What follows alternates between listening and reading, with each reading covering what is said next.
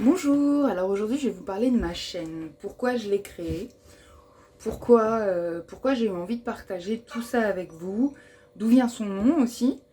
Donc, bon, déjà je suis maman de 2 enfants, mais pour vous parler de l'enfance, de la petite enfance, etc., j'ai créé une chaîne dédiée parce que je sais que ça intéresse pas tout le monde.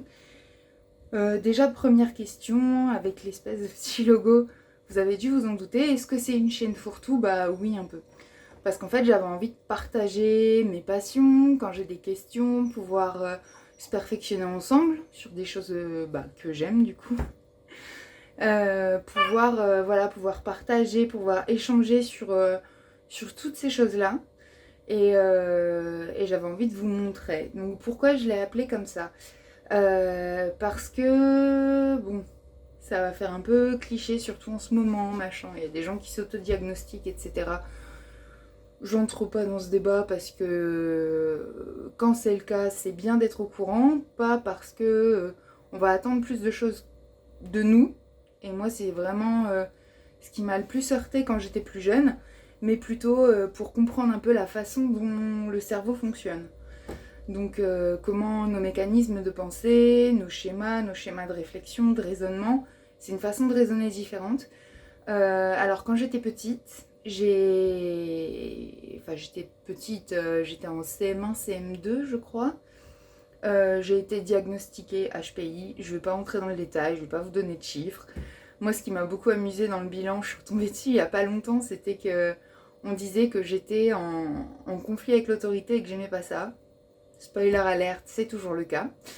Donc c'est pas que j'ai un conflit avec l'autorité elle est nécessaire, mais voilà, il doit y avoir un échange, il doit y avoir une communication, les décisions qui sont prises, je pars du principe qu'elles peuvent être toujours discutées et discutables, parce qu'il y a différents points de vue, et j'adore échanger, donc ça peut durer des heures. Et, euh, et du coup, voilà. Moi, quand j'étais petite, on avait plus tendance à me dire, c'était le début, on commençait seulement à en parler, on me disait ah là là, t'es surdouée alors que t'as pas des bonnes notes à l'école. Non, clairement, ça dépend des périodes, ça dépendait des profs et ça dépendait des matières. Mais ouais, non, j'ai très vite décroché de l'école, notamment à partir de la cinquième, parce qu'en fait, j'ai vécu quelques scènes d'humiliation, notamment une en cours de mathématiques, où j'avais pris de l'avance. En cours de maths, j'avais pris de l'avance, je m'éclatais en cinquième avec des bouquins de maths de seconde. Voilà, je m'amusais, pour moi c'était un jeu, c'est comme faire des mots croisés. Les maths, pour moi, c'était ça. Sauf qu'un jour, le prof me demande de faire un exercice sur quelque chose, un cours qu'on n'a pas encore vu. Donc, j'ai réussi à résoudre ces exercices, sauf que j'ai pas utilisé la méthode qui était attendue dans le cadre du cours.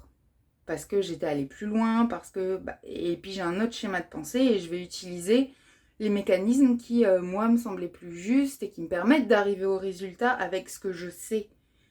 Donc, j'ai eu les bons résultats, j'ai réussi. Mais voilà, j'ai pas utilisé sa méthode, donc il m'a un peu humiliée au tableau, puisqu'il m'a envoyé au tableau comme j'avais réussi. Et il avait déjà eu des échanges avec mes parents, enfin ma mère, etc. à ce propos. Et moi, quand les autres avaient fait 3 exercices, moi j'avais fini le chapitre des exercices en cours de maths.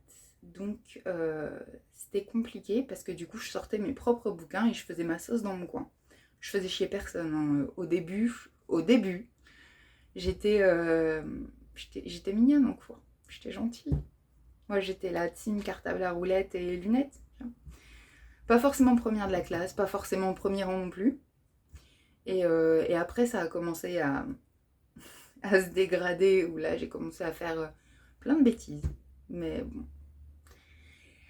et ça m'a pas empêché de m'en sortir, donc j'ai décroché de l'école, j'ai pas passé mon bac, j'ai fait 1000 choses avant de passer mon bac finalement. Après la naissance de mon premier enfant à 22 ans, en candidat libre. Et puis ça s'est bien passé parce que je l'ai eu. Et ça s'est tellement bien passé qu'après j'ai découvert l'université et là, c'était génial. C'était génial parce qu'on avait de l'autonomie, parce qu'on pouvait se... on- ouais, on était en autonomie, on nous demandait de chercher, et moi j'adore chercher, donc ça tombe plutôt bien. Et finalement, j'ai avancé. Première année, j'ai eu une mention, mais qu'en première année, parce qu'après, je me suis aussi investie associativement.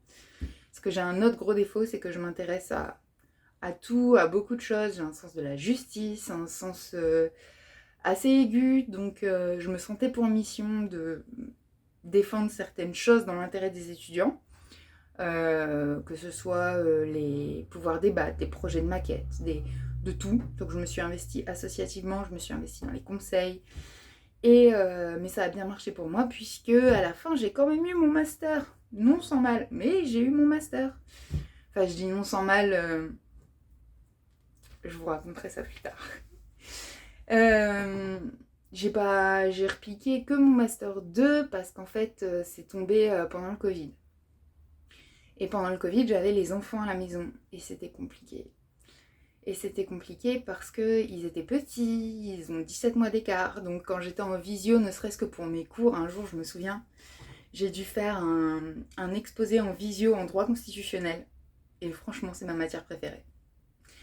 Ça, avec le droit international, c'était vraiment mes matières préférées. Après, j'ai eu un petit attrait pour les finances publiques, qui a commencé en M1. Mais bref. Le... Donc, mon exposé se passe bien, sauf que derrière moi, j'avais mes deux loustiques qui étaient en train de sauter sur le lit. Voilà, ambiance. Et qui disaient bonjour, bonjour, bonjour. Mais moi j'avais besoin du micro, je pouvais pas le couper, c'est moi qui parlais. Compliqué. Bon, ça a fait rire tout le monde. Hein. Mes enfants, ils allaient à l'université avec moi, ils allaient en cours avec moi, donc tout le monde savait que j'avais des enfants et c'était accepté et ça a fait rire plus qu'autre chose. Mais pour gérer à la fois les cours et le mémoire, c'était pas possible.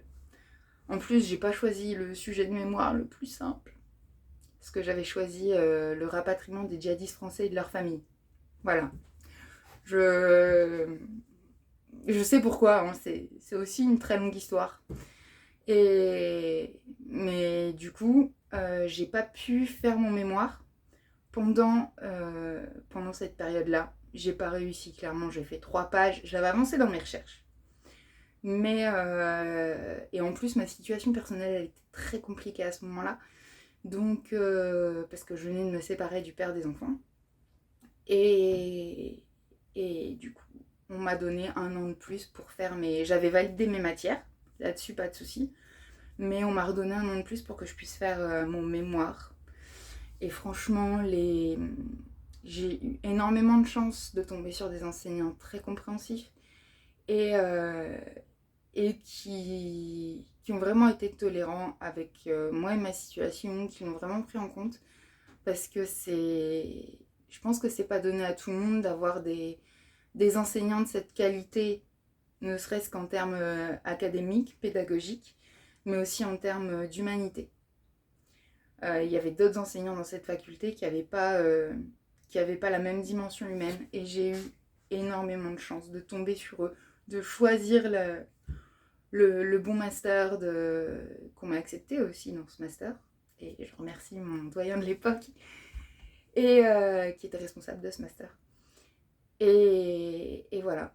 Mais j'ai tout le temps la tête qui part dans 1000 projets, dans 1000 découvertes.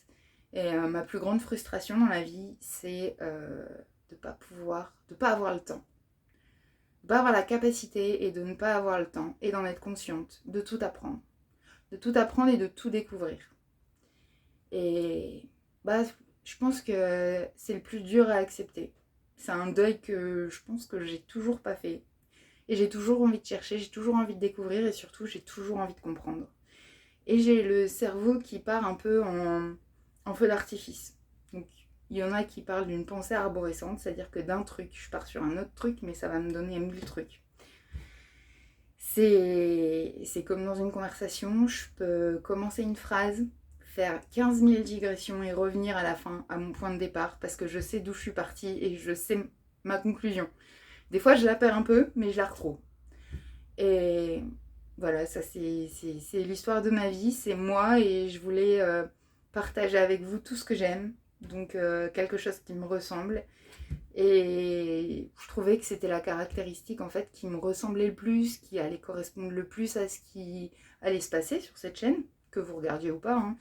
Je le fais d'abord de manière, je vais l'avouer, assez égoïste, puisque c'est moi qui ai envie de partager.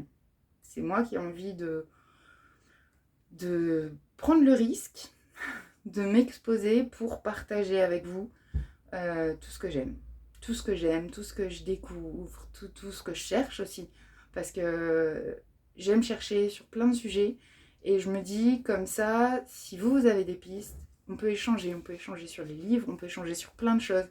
Et je trouve que pas forcément juste les réseaux sociaux et YouTube, mais Internet en général aujourd'hui, ça nous donne l'accès aussi à ça.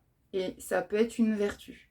Ça peut pas être que quelque chose de mal.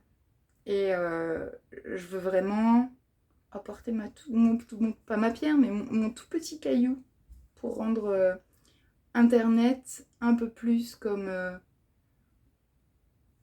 ce que j'aimerais trouver. Comme, comme j'aimerais qu'il soit. Il en faut pour tout le monde. Mais voilà, là du coup je me suis dit je vais créer mon univers, on va pouvoir partager, échanger. Si vous avez les youtubeurs que vous suivez, n'hésitez pas à me les mettre dans les commentaires, comme ça je peux aller voir si c'est des sujets sur lesquels on a l'occasion d'échanger.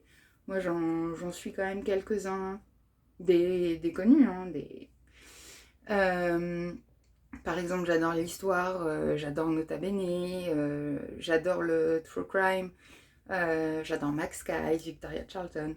Et ouais, ça peut. Enfin, je trouve que c'est une opportunité de partager. Donc, rappelez-vous que on est là avant tout pour ça, pour partager. Je vais pas vous vendre des trucs, je veux pas. C'est pas mon objectif. Je veux juste qu'on échange, qu'on partage, que je vous donne des idées peut-être. J'ai envie de tester énormément de choses avec vous, de tester des astuces qu'on trouve en ligne, etc. Pour la vie au quotidien. Est-ce que ça marche? Dans quelles conditions ça marche? Est-ce que chez moi ça marche? Qu'est-ce que je fais bien? Qu'est-ce que j'ai pas bien fait dans ce truc pour que ça marche ou pas? Voilà. J'ai envie qu'on partage tout ça ensemble. Donc j'espère que pour un petit tour d'horizon, ça aura été pas très concis, un peu comme moi, en feu d'artifice. Et j'espère vous retrouver sur des prochaines vidéos.